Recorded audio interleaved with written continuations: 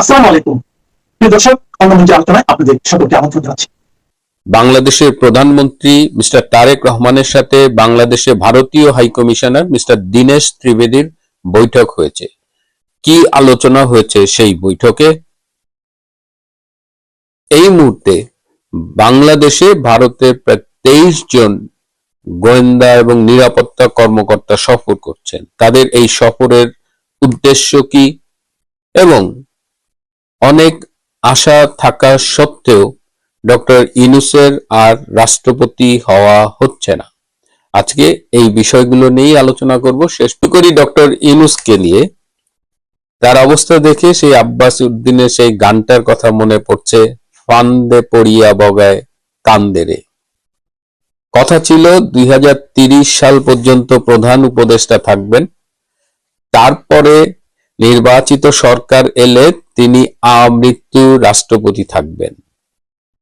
কিন্তু বাইডেনের পরাজয় কিংবা বাইডেনের দলের পরাজয়, বিশ্বব্যাপী যুদ্ধ, বাণিজ্য নিয়ে জটিলতা, সবকিছু মিলে এমন একটা গুবলেট অবস্থার সৃষ্টি হলো যে বাংলাদেশে ডক্টর ইউনূসের ক্ষমতায় থাকাটা ঝুঁকিপূর্ণ হয়ে গেল। সেই যে রিসেট বাটন চেপে মুক্তিযুদ্ধের ইতিহাস মুছে ফেলা কিংবা শেখ হাসিনার চ্যাপ্টার ক্লোজড বলা, ডক্টর ইউনূসের সামনে তখন ছিল প্ল্যান বি।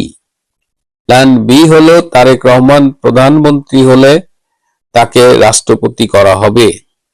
এতদিনে নিশ্চয়ই আমরা বুঝে গেছি যে এই যাত্রায় ডক্টর ইউনূসের আর রাষ্ট্রপতি হওয়া হচ্ছে না। তাহলে কি প্ল্যান সি?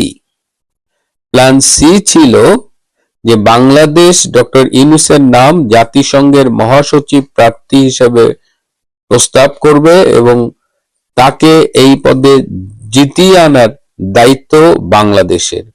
এই লক্ষ্যে তার যে ইন্টারন্যাশনাল লেভেলের লবিং সেগুলো তো ছিলই, এর পাশাপাশি প্রচুর অর্থ খরচ করে তিনি একটি লবিস্ট ফার্ম নিয়োগ করেছিলেন।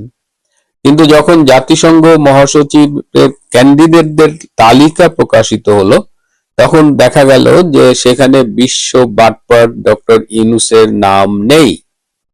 এতে প্রচন্ড ক্ষুব্ধ হয়ে ডক্টর ইউনূস এই লবিস্ট ফার্মের কাছে টাকা ফেরত চেয়েছিলেন। লবিস্ট ফার্ম তখন বলেছে বেশি বাড়াবাড়ি করলে সবকিছু ফাঁস করে দেবে। সেই যে নিউ ইয়র্কে ক্লিন্টনের সামনে তিনি মেটিকুলাস ডিজাইনের কথা বলেছিলেন, সেই মিটিংয়ে তিনি আরো অনেক গোপন কথা, অনেক স্বীকারোক্তি দিয়েছিলেন। তার মধ্যে মধ্যপ্রাচ্যের কয়েকটি সংগঠনের নামও বলেছিলেন। এই সব কিছুর রেকর্ড একটি এজেন্সির কাছে আছে। সব মিলে আমি বলেছিলাম 2-3 দিন আগে, বুকে ব্যথা নিয়ে, চোখে জল নিয়ে তিনি ঢাকার একটি হাসপাতালে ভর্তি হয়েছিলেন। তো এই হলো ডক্টর ইউনূসের পরিণতি। তো ডক্টর ইউনূসের এই বিপর্যয়ে দেখলাম অনেকেই খুব মজা পাচ্ছে। আবার পত্রিকায় দেখলাম গতকাল রয়ের প্রধান মিস্টার পরাগ জৈন সহ 4 জন এসেছে, তার আগে 3 জন এসেছিল এবং আজকে আরো 16 জন এসেছে, মোট 23 জনের টিম। এরা বাংলাদেশের ডিজিএফ এর আমন্ত্রণে এসেছে এবং এই টিম বাংলাদেশ, মিয়ানমার, ভারতের 12টি খুব স্পর্শকাতর স্পট ভিজিট করবে। এছাড়া বাংলাদেশের হাতে তারা 161 পৃষ্ঠার একটি রিপোর্ট তুলে দেবে, যেখানে লস্করে তৈয়বার মতো আন্তর্জাতিক জঙ্গি সন্ত্রাসী সংগঠনের নাম রয়েছে, তাদের কল রেকর্ড রয়েছে, তাদের অনুকূলে তহবিল পাঠানো হয়েছে যে ফান্ড ট্রান্সফার, সেই ডকুমেন্ট রয়েছে, স্যাটেলাইট ইমেজ সহ অনেক ইমেজ রয়েছে। এবং ভারতের পক্ষ থেকে বাংলাদেশকে এর আগেও বলা হয়েছে যে বাংলাদেশে বিভিন্ন রকমের জঙ্গি তৎপরতা চলছে, তো এবার সেই বিষয়গুলো তাদের হাতে তুলে দেবে। এবার আমরা একটু কথা বলি। আমি আগেই কিন্তু বলেছিলাম যে আজকে দীনেশ ত্রিবেদীর সাথে আমাদের প্রধানমন্ত্রী তারেক রহমানের একটি বৈঠক হবে এবং সেই বৈঠকটি হয়েছে। সেই বৈঠক শেষে আমাদের পররাষ্ট্রমন্ত্রী ডক্টর খলিলুর রহমান একটি সংবাদ সম্মেলন করেছেন। আমি সংবাদ সম্মেলনের একটা ছোট্ট ভিডিও ক্লিপ একটু দেখাবো। স্পিকার ভীষণ নার্ভাস, শেখ হাসিনার প্রত্যর্পণের কথা বলতে গিয়ে প্রত্যাবর্তনের কথা বলেছেন, এবং আমি আরো অবাক হয়েছি মিস্টার হুমায়ুন কবিরকে দেখে। তার সেই ভুবন ভোলানো হাসিটা ছিল না, তিনি একদম মুখ গম্ভীর করে, আমাদের চিরচেনা হুমায়ুন কবির না। তার মানে কি হয়েছে, এত নার্ভাস কেন ডক্টর খলিল কিংবা মিস্টার কবির? এই বৈঠকে যে আলোচনাগুলো হয়েছে, বাংলাদেশের তরফ থেকে শেখ হাসিনাকে ফেরত চাওয়া বা হাদির হত্যাকারীকে ফেরত চাওয়া, ভারত কিন্তু খুব স্পষ্টভাবে বলে দিয়েছে শেখ হাসিনা তাদের কাছে কি প্রোটোকল নিয়ে আছে। তো সেখানে এইসব প্রত্যর্পণ ফিরিয়ে দেওয়া, এগুলো ভারত আগেও গুরুত্ব দেয়নি, আজও গুরুত্ব দেয়নি। বরং এই মিটিং এ যে বিষয়গুলো নিয়ে আলোচনা হয়েছে, ডক্টর খলিল কিন্তু সেগুলো নিয়ে কথা বলেননি। এই মিটিং এ আলোচনা হয়েছে পলিটিক্যাল ইনক্লুসিভনেস নিয়ে। এই মিটিং এ আলোচনা হয়েছে আওয়ামী লীগের কার্যক্রমের উপরে নিষেধাজ্ঞা প্রত্যাহার নিয়ে।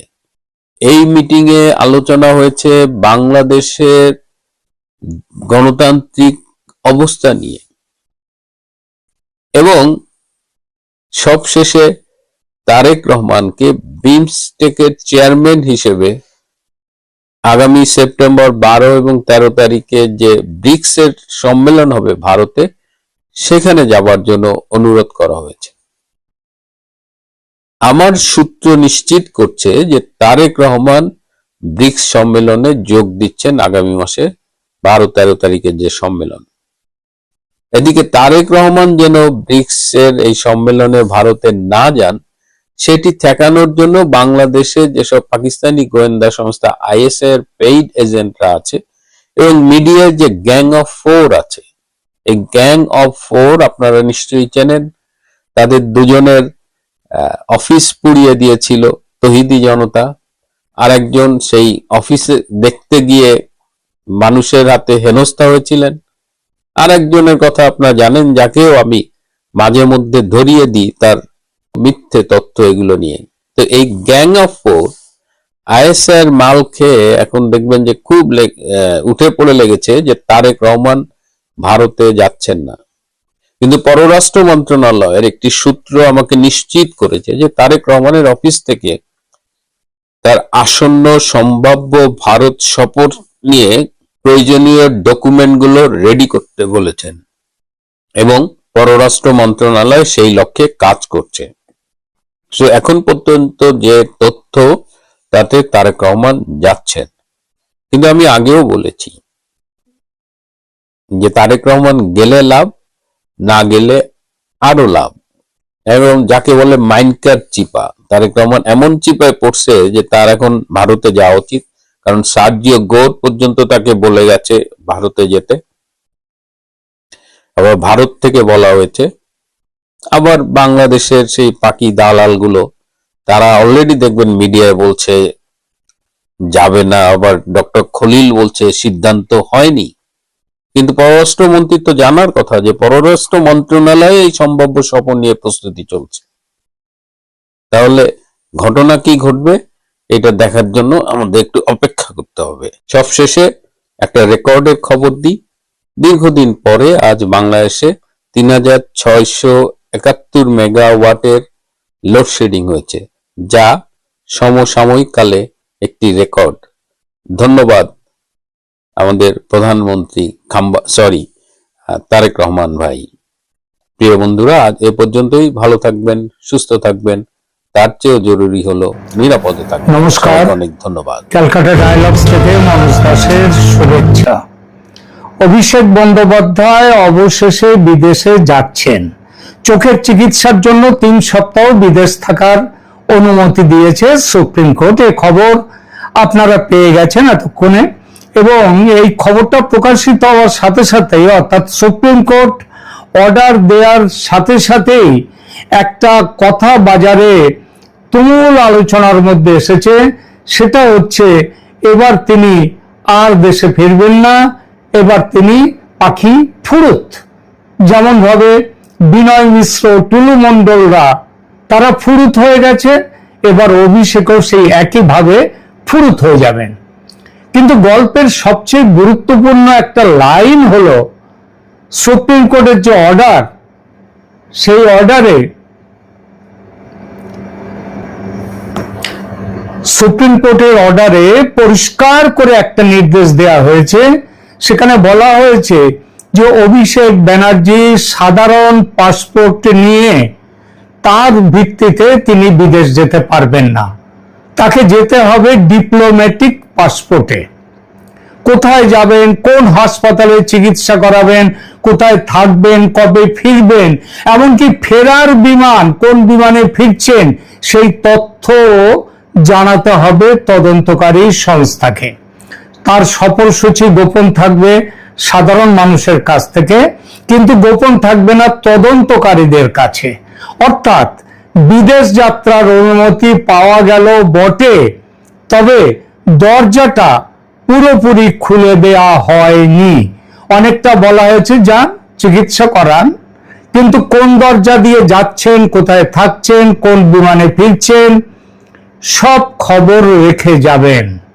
কেন এত কড়াকড়ি? সুপ্রিম কোর্ট কি মনে করছে সাধারণ পাসপোর্টে গেলে অভিষেক বন্দ্যোপাধ্যায় আর ফিরবেন না? যেমন এই রাজ্যের অনেকেই মনে করে যে তিনি একবার পাখি সুযোগ পেয়ে গেলেই তিনি ফুরুত করবেন।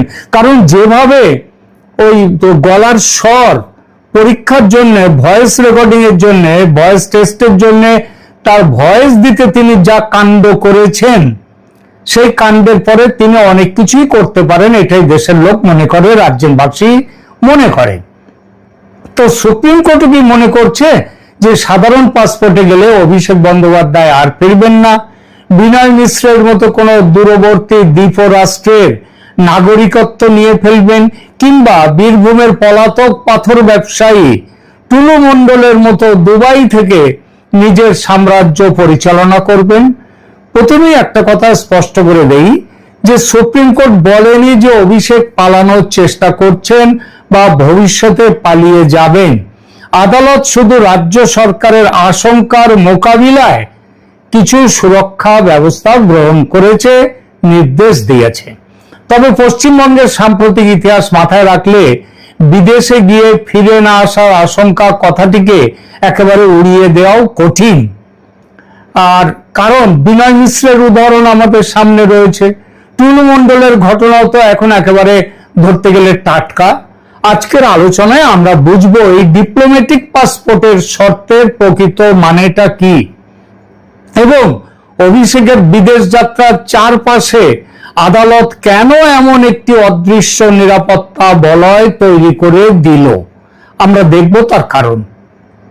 প্রথমে দেখি কোন মামলায় অভিষেকের বিদেশ যাত্রা আটকে গিয়েছিল। 2026 সালের পশ্চিমবঙ্গ বিধানসভা নির্বাচনের প্রচারে অভিষেক বন্দ্যোপাধ্যায়ের কয়েকটি বক্তব্য নিয়ে বিধাননগর সাইবার ক্রাইম থানায় এফআইআর দায়ের হয়। সবচেয়ে আলোচিত হয়েছিল তার তথাকথিত ডিজে বাজানোর মন্তব্য।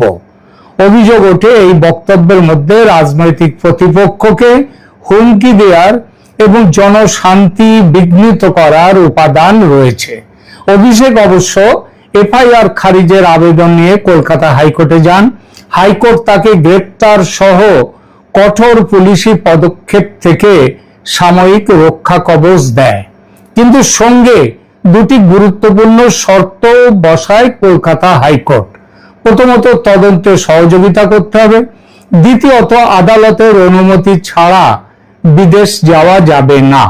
অর্থাৎ তার পাসপোর্ট বাতিল হয়নি, কিন্তু পাসপোর্ট হাতে থাকলেই যে তিনি বিমানবন্দরে গিয়ে বিমানে উঠে পড়বেন সেই স্বাধীনতা তার ছিল না। বিদেশ যাত্রার চাবিটি আদালত নিয়ে রেখেছে। এই অবস্থায় অভিষেক জানান যে 2016 সালের গাড়ি দুর্ঘটনায় তার বাম চোখের নিচে একটা গুরুতর আঘাত লেগেছিল। তার ফলো আপ চিকিৎসার জন্য তাকে আমেরিকায় যেতে হবে। যে বিশেষজ্ঞ চিকিৎসক আগে তার চিকিৎসা ও অস্ত্রোপচার করেছিলেন, সেই আমেরিকার জন হপকিন্স হাসপাতালের চিকিৎসকের কাছেই আবার তার চিকিৎসা করতে হবে, তিনি তার কাছে আবার পরীক্ষা করাতে চান। আদালতে যান তার জন্য, আদালতের নির্দেশ নিতে কলকাতা হাইকোর্টে যান অভিষেক, কিন্তু কেন রাজি হয়নি আদালত? কলকাতা হাইকোর্টের প্রশ্ন ছিল খুব সাধারণ, এই চিকিৎসার জন্য বিদেশ যেতে হবে কেন? কলকাতায় তো উন্নত চক্ষু চিকিৎসার ব্যবস্থা রয়েছে। ভারত চিকিৎসা বিজ্ঞানে এখন আর পিছিয়ে নেই বিশ্বের তুলনায়। অতএব বিদেশ যাত্রা চিকিৎসাগতভাবে অপরিহার্য কিনা সেটি আগে স্বাধীন বিশেষজ্ঞদের দিয়ে যাচাই করানো হোক। বিচারপতি সৌগত ভট্টাচার্য তাই আদেশ দেন এসএসকেএম হাসপাতালের চক্ষু বিভাগের অধীনে 3 সদস্যের একটি মেডিকেল বোর্ড গঠন করতে হবে। এই বোর্ড অভিষেককে পরীক্ষা করে জানাবে তার চোখের বর্তমান অবস্থা কি, জরুরি চিকিৎসার প্রয়োজন রয়েছে কিনা, সেই চিকিৎসা ভারতে সম্ভব কিনা এবং বিদেশে যাওয়া সত্যিই প্রয়োজনীয় কিনা। কিন্তু অভিষেকের আইনজীবীরা তার বিরোধিতা করেন। তাদের যুক্তি ছিল একজন রোগী তার নিজের চিকিৎসা বেছে নেওয়ার অধিকার রয়েছে। বহু বছর ধরে যিনি তার চোখের চিকিৎসা করছেন তার কাছেই তিনি যেতে চান। এসএসকেএম ঠিক করে দিতে পারে না তিনি কোথায় চিকিৎসা করাবেন। এরপর হাইকোর্ট তার আবেদন খারিজ করে দেয়। এখানে দুপক্ষের যুক্তির মধ্যে একটা মৌলিক পার্থক্য ছিল। হাইকোর্ট জানতে চেয়েছিল এই চিকিৎসা জন্য বিদেশে যাওয়াটা অপরিহার্য কিনা, আর অভিষেকের পক্ষ বলছিল বিদেশে চিকিৎসা অপরিহার্য কিনা সেটা কেন প্রমাণ করতে হবে। একজন রোগী তার যা সামর্থ্য সেই সামর্থ্য অনুযায়ী নিজের পছন্দের চিকিৎসকের কাছে যেতেই পারেন। বিষয়টি অতঃপর পৌঁছয় সুপ্রিম কোর্টে।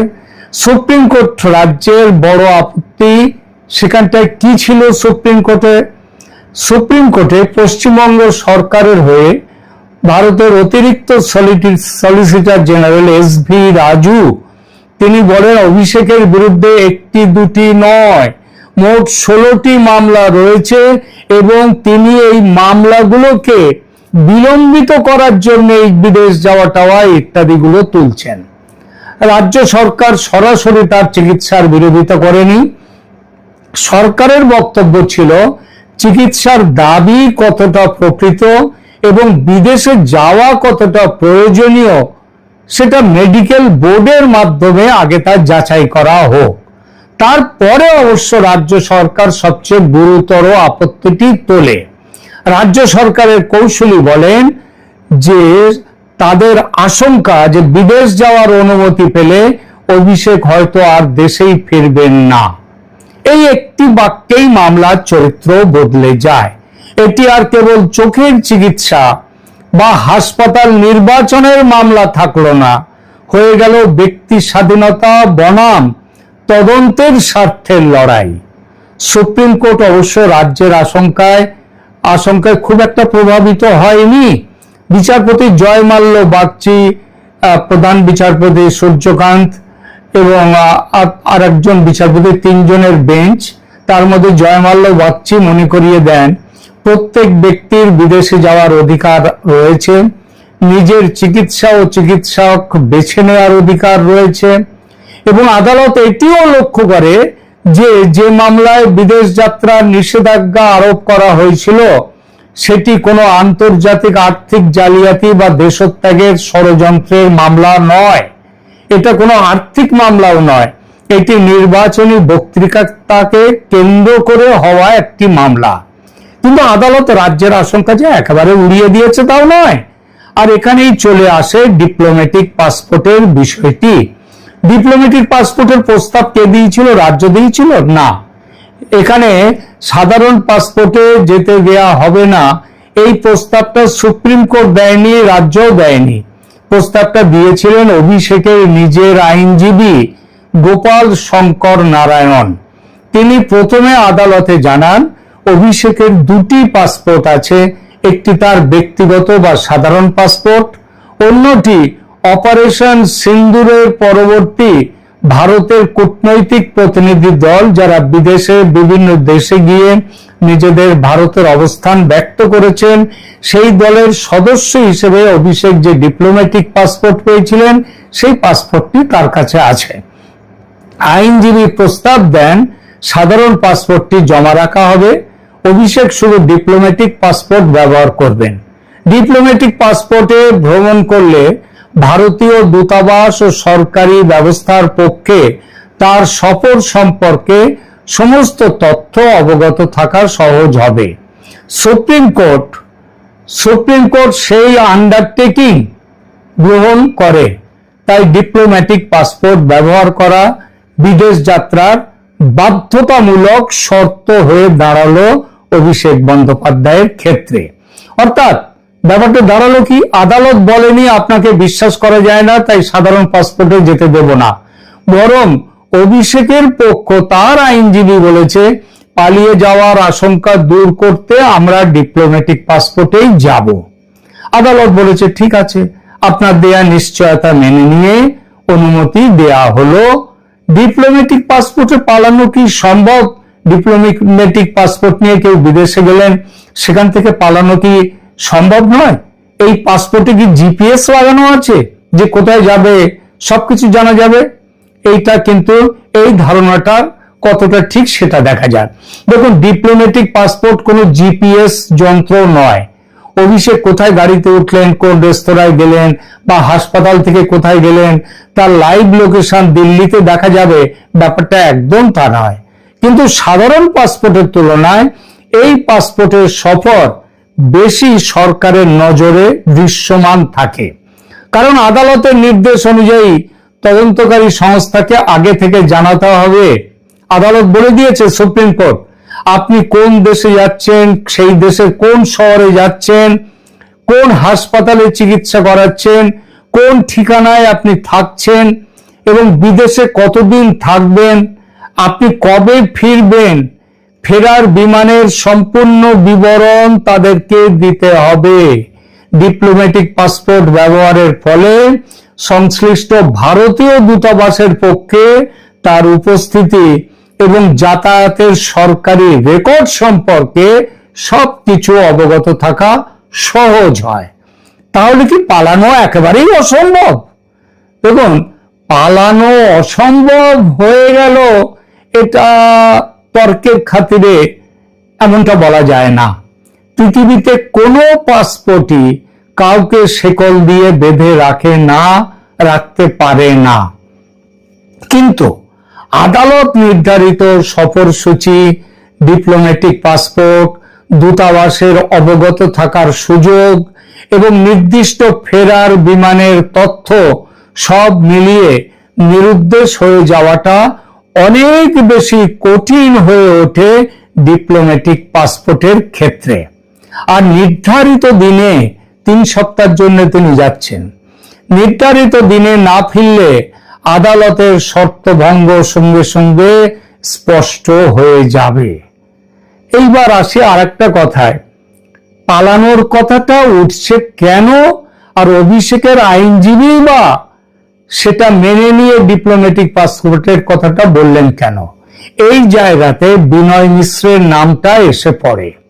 বিনয় মিশ্র তৃণমূল যুব কংগ্রেসের নেতা ছিলেন এবং সংবাদ মাধ্যমে তাকে অভিষেক বন্দ্যোপাধ্যায়ের ঘনিষ্ঠ সহযোগী বলে উল্লেখ করা হয়েছে। গরু পাচার ও বেআইনি কয়লা কারবার সংক্রান্ত মামলা, যেখানে অভিষেকের নিজেরও বিশাল স্টেক আছে, সেই সব মামলায় সিবিআই এবং ইডি বিনয় মিশ্রকে একাধিকবার তলব করেছিল। কিন্তু বিনয় মিশ্র তদন্তকারীদের সামনে হাজির না হয়ে গোপনে ভারত ছেড়ে চলে যান। পরে ভারতীয় নাগরিকত্ব ত্যাগ করে প্রশান্ত মহাসাগরের ছোট্ট দ্বীপ রাষ্ট্র ভানুয়াতুর নাগরিকত্ব নেন বলে তদন্তকারী সংস্থা এবং আদালতের সামনে তথ্য এসেছে। তার বিরুদ্ধে নন বেলেবল অ্যারেস্ট ওয়ারেন্ট জারি হয়েছে। আদালত তাকে প্রোক্লেইমড অফেন্ডার বা ঘোষিত পলাতক ঘোষণা করেছে। সিবিআই তার সন্ধান দেওয়ার জন্য পুরস্কার ঘোষণা করেছিল এবং ইন্টারপোলের সহায়তাও চেয়েছে। অভিষেকের ক্ষেত্রে রাজ্য সরকার যখন বলছে উনি হয়তো ফিরে আসবেন না, তখন আদালতের সামনে বিনয় মিশ্রের এই ইতিহাস সরাসরি প্রমাণ না হলেও একটি রাজনৈতিক ও মনস্তাত্ত্বিক পটভূমি তৈরি করে দিয়েছে। অভিষেকের আইনজীবী সেই আশঙ্কার দরজাটি বন্ধ করতেই ডিপ্লোম্যাটিক পাসপোর্টে ঘুরতে যাওয়ার, বিদেশ যাওয়ার কথাটা বলেছেন। তাই তার বক্তব্য সাধারণ পাসপোর্ট জমা থাকুক, ডিপ্লোম্যাটিক পাসপোর্ট সফর হোক, দূতাবাস অবগত থাকুক। এই পালানোর প্রসঙ্গে উঠে আসা আর একটা নাম, যা এটা আগেও বলেছি, টুলু মণ্ডলের নাম। বীরভূমের পাথর ব্যবসায়ী টুলু মণ্ডল ওরফে মোহাম্মদ নাজিবউদ্দিন ভোটের ফল ঘোষণার পর থেকেই পলাতক বলে পুলিশ জানিয়েছে। পুলিশের সন্দেহ তিনি পরিবার সমেত দুবাইয়ে গিয়েছেন এবং সেখান থেকে নিজের ব্যবসায়িক নেটওয়ার্ক পরিচালনা করছেন। তার ম্যানেজার ও আত্মীয় মিনার মণ্ডলের বাড়িতে তল্লাশি চালিয়ে পুলিশ প্রায় 28,50,00,000 টাকা নগদ এবং 15 কেজি সোনা উদ্ধার করেছেন এবং এখনো উদ্ধার পর্ব চলছে নানান দিকে। উদ্ধার হওয়া সম্পদের মালিকানা ও উৎস তাদের কথা অনুযায়ী টুলু মণ্ডলের। মিনারের কথিত স্বীকারোক্তি এবং পুলিশের দাবি, সেই অনুযায়ী টুলু মণ্ডলকে সংবাদ মাধ্যম সাধারণত অনুব্রত মণ্ডলের ঘনিষ্ঠ সহযোগী হিসেবে বর্ণনা করেছে। তবে অভিষেক বন্দ্যোপাধ্যায়ের সরাসরি সহযোগী বলা হয়নি তাকে। তবে এসব পার্থক্য কসমেটিক, সাধারণ পার্থক্য। যাহা অনুব্রত তাহাই মমতা, তাহাই অভিষেক, সবাই একটা চক্রের চক্রী। এখানে এর সাথে যোগ ওর সাথে যোগ নয়, এটা নয়। তাই বিনয় মিশ্র ও টুলু মণ্ডলের সঙ্গে অভিষেকের তুলনাটা আসা স্বাভাবিক। তদন্ত শুরু হওয়ার পর অভিযুক্ত বা সন্দেহভাজন ব্যক্তির বিদেশে চলে গিয়ে ভারতীয় তদন্তের নাগালের বাইরে থাকার ঝুঁকি অভিষেকের ক্ষেত্রেও আছে। আর অভিষেকের যা বিশাল পাপের ভরা, তাতে বিনয় টুলুর মতো দেশান্তরী হওয়ার সম্ভাবনা থেকেই যায়। অনেকে ভাবতে পারেন ডিপ্লোম্যাটিক পাসপোর্ট মানেই তো বেশি ক্ষমতা, বেশি সুবিধা পাওয়া, গ্রেপ্তার থেকে রক্ষা হওয়া। তাহলে এটি কিভাবে কড়াকড়ি হলো? উত্তর হলো, ডিপ্লোম্যাটিক পাসপোর্ট থাকলেই কেউ ডিপ্লোম্যাটিক ইমিউনিটি পান না। কূটনৈতিক দায় মুক্তির জন্য সংশ্লিষ্ট বিদেশি রাষ্ট্রে তাকে সরকারিভাবে কূটনীতিক হিসেবে স্বীকৃতি পেতে হবে। অভিষেক ব্যক্তিগত চোখের চিকিৎসার জন্য যাচ্ছেন, ফলে শুধু ডিপ্লোম্যাটিক পাসপোর্ট দেখিয়ে তিনি সংশ্লিষ্ট দেশের আইন অমান্য করতে পারবেন না, তদন্ত থেকে দায় মুক্তি দাবি করতে পারবেন না, স্বয়ংক্রিয়ভাবে রাষ্ট্রদূতের মর্যাদা পাবেন না। এই ক্ষেত্রে ডিপ্লোম্যাটিক পাসপোর্টের আসল গুরুত্ব ক্ষমতায় নয়, ট্রেসএবিলিটি বা সফরকে সরকারি নথির মধ্যে রাখা, তার খোঁজ করা। সুপ্রিম কোর্টের আদেশে রাজনৈতিক লাভ তাহলে কার হলো? এই রায়ে অভিষেক বন্দ্যোপাধ্যায় অবশ্যই একটি ব্যক্তিগত আইনি জয় পেয়েছেন। হাইকোর্ট যে অনুমতি দেয়নি, সুপ্রিম কোর্ট সেই অনুমতি দিয়েছে। সর্বোচ্চ আদালত তার নিজের চিকিৎসক বেছে নেওয়ার অধিকারের পক্ষে দাঁড়িয়েছে। তৃণমূল কংগ্রেস বলতেই পারে রাজনৈতিক প্রতিহিংসার কারণে একজন মানুষের চিকিৎসা আটকে দেওয়ার চেষ্টা হয়েছিল, সুপ্রিম কোর্ট সেই বাধা সরিয়েছে। অন্যদিকে বিজেপি বা রাজ্য সরকারও বলতে পারে অনুমতি পেলেও আদালত তাকে ছাড়পত্র খোলাখুলি দেয়নি। ডিপ্লোম্যাটিক পাসপোর্ট, সম্পূর্ণ সফরসূচি, থাকার ঠিকানা এবং ফেরার বিমানের তথ্য দিতে হচ্ছে। অর্থাৎ সরকারের আশঙ্কাকে সম্পূর্ণ অমূলক বলে উড়িয়ে দেয়নি সুপ্রিম কোর্ট। বাস্তবে দুই বক্তব্যের মধ্যেই আংশিক সত্য রয়েছে। অভিষেক চিকিৎসার অধিকার প্রতিষ্ঠা করেছেন, আবার তদন্তকারী সংস্থাও তার সফরের উপর একটি প্রাতিষ্ঠানিক নিয়ন্ত্রণ সেটা জারি রাখতে পেরেছে। এটাই আদালতের ভারসাম্য। তাহলে শেষ পর্যন্ত এই রায়ের অর্থ কি? অভিষেক বন্দ্যোপাধ্যায় বিদেশে যেতে পারবেন, নিজের পছন্দের চিকিৎসকের কাছে চিকিৎসা করাতে পারবেন, কিন্তু এই সফর কোনো সাধারণ ব্যক্তিগত ছুটি নয়। তিনি আদালতের অনুমতিতে যাচ্ছেন, নির্দিষ্ট 3 সপ্তাহের জন্য যাচ্ছেন, ডিপ্লোম্যাটিক পাসপোর্টে যাচ্ছেন, কোথায় থাকবেন, কোন হাসপাতালে যাবেন, কোন বিমানে ফিরবেন, সব তথ্য তদন্তকারীদের হাতে দিয়ে যাচ্ছেন। অর্থাৎ তিনি পালাতে পারবেন না, এই বাক্যটি রাজনৈতিকভাবে আকর্ষণীয় হলেও আইনগতভাবে বলা যায় পালিয়ে যাওয়া কোনো পাসপোর্টই শতভাগ অসম্ভব করে না। কিন্তু সুপ্রিম কোর্ট যে নিরাপত্তা বেষ্টনী তৈরি করে দিল, তাতে বিনয় মিশ্র বা টুলু মণ্ডলের মতো বিদেশে গিয়ে ফুরুত করে হয়ে যেতে পারবেন না অভিষেক, সেটা তার পক্ষে সম্ভব খুব কঠিন। আরো বড় কথা, এই শর্তটি শুধু আদালতে চাপিয়ে দেওয়া শর্ত নয়, অভিষেকের নিজের আইনজীবী প্রস্তাব করেছেন রাজ্যের আশঙ্কা দূর করার জন্য। অর্থাৎ অভিষেক চিকিৎসার অধিকার পেলেন, কিন্তু তার সঙ্গে দিলেন ফিরে আসার আইনি প্রতিশ্রুতি। এখন দেখার বিষয় তিনি কবে বিদেশে যান, চিকিৎসার পরে নির্ধারিত সময়ের মধ্যে ফিরে আসেন কিনা, এবং ফিরে এসে 16টি মামলার তদন্তে কিভাবে সহযোগিতা করেন। কারণ বিদেশ যাত্রার অনুমতি মিলেছে, মামলাগুলো কিন্তু বিদেশে যায়নি, সেগুলো এখানেই রয়েছে ভারতের আদালতে, তদন্তকারী সংস্থার টেবিলে এবং পশ্চিমবঙ্গের উত্তপ্ত রাজনীতির একেবারে কেন্দ্রে। এই হলো অভিষেকের চিকিৎসা বৃত্তান্ত। কেমন লাগলো আমাদের আজকের এই প্রতিবেদন? কমেন্ট করে জানান। ভালো লাগলে লাইক দিন, শেয়ার করুন এবং অবশ্যই চ্যানেল সাবস্ক্রাইব করে পাশে থাকুন। ধন্যবাদ।